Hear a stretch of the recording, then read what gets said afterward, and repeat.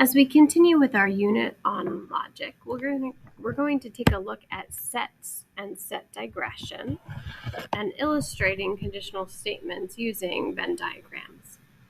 A set is a collection of objects. It could be the students in the room. It could be the number of instruments in the band or all of the instruments in the band. An element is a specific member of the set.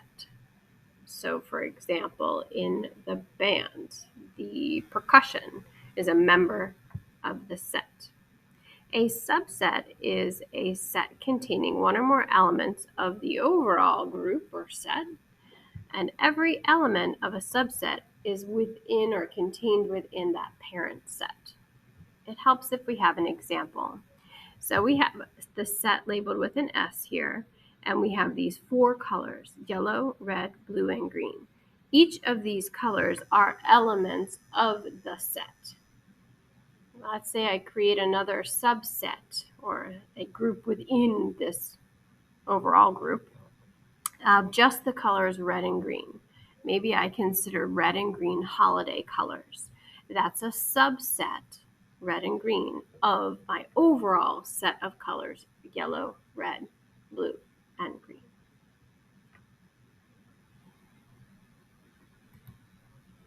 You can organize your sets and you can employ conditional statements to illustrate using a Venn diagram. A Venn diagram is usually circles within circles or ovals. It can also be squares, but you're showing a relationship between two objects or two sets and how they compare and contrast. So we have a conditional statement: if you like oranges, then you like apples. To illustrate that, I have a big oval of apples, but inside of that, I have a smaller oval of oranges. So this is saying that if you like oranges, then you like apples because the oranges are within that set of apples. Let's take a look at our conditional statement and our theories over here. Betty likes oranges. Does Betty like apples? If Betty is in this set of oranges, is she also within the apple circle? Yes, she is. So if Betty likes oranges, we can conclude that she likes apples as well. Bobby likes apples. Well, Bobby is definitely in the apple oval here. But is he inside the orange oval as well? We don't know specifically. So we can conclude that Bobby likes apples. That's it. We don't know enough to say he likes oranges. We take a look at Sally. It says Sally does not like oranges. Sally doesn't like oranges, so she can't be within that oval. She could be here. She could also be here. So Sally may like apples, or she may not like apples. We don't know which one it is from this statement. Peter does not like apples. Peter is out here.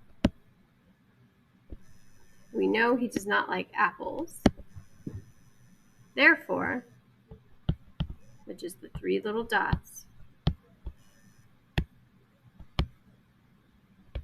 he does not like oranges. Oops. Oranges.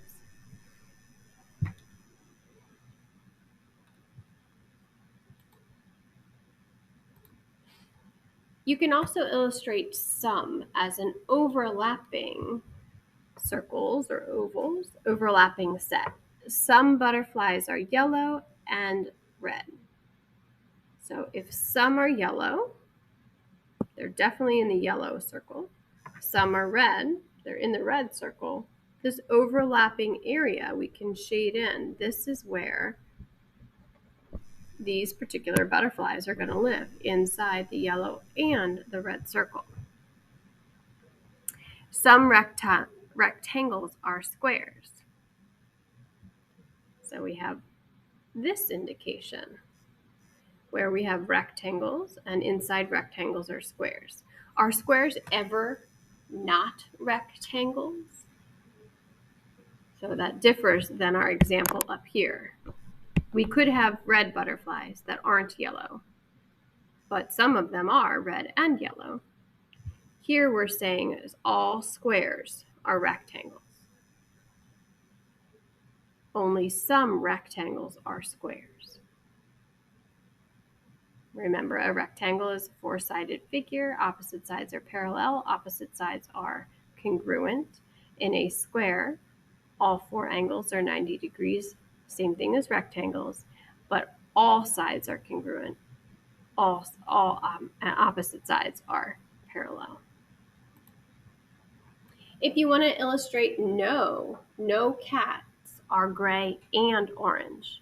I actually don't know anything about cats, so I don't know if that's true. But if that is true, then we would have a Venn diagram where gray and orange circles do not overlap at all. Take a moment to illustrate the conditions here in a Venn diagram. Sometimes it's also known as an Euler diagram. Some triangles are acute. Some triangles are obtuse. No triangle is both acute and obtuse. Some acute triangles are equilateral. Pause the video and see if you can come up with a Venn diagram that matches this situation. All right, we're going to illustrate these conditions using a Venn diagram. Some triangles are acute. Some triangles are obtuse. No triangle is both acute and obtuse. And then some acute triangles are equilaterals. So here we have the overall set of triangles, and then we have some are acute, some are obtuse. That may be overlapping circles, but then we have this third statement that says no triangle is both acute and obtuse. So I'm going to put two circles. One I'm going to label acute, one I'll label obtuse. Some acute triangles are equilateral. So in my acute circle, some acute triangles are equilateral. I'm going to put in an extra circle and label that inside equilateral.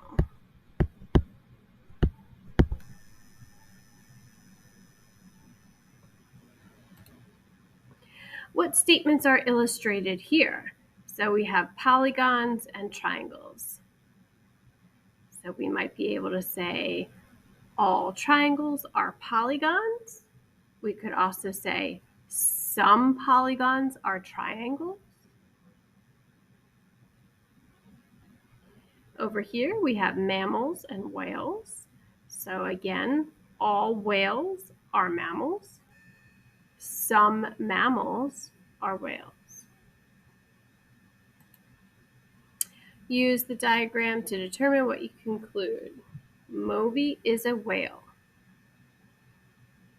So I'm going to put Moby in here. He's a whale. Randy is not a whale. So Randy could be a mammal. He could also be out here. Alex is a mammal.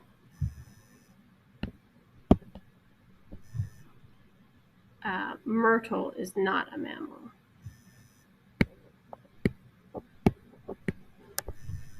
So we know that Myrtle is not a mammal. Alex is a mammal. We don't know anything about him being a whale. Randy is not a whale, but Randy could be.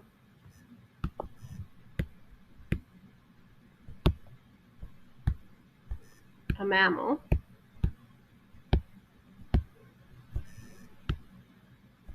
Moby is just a whale. Moby is also a mammal. Alex is a mammal. We don't know if he could be a whale or not. and myrtle is not a mammal, we can say that myrtle is not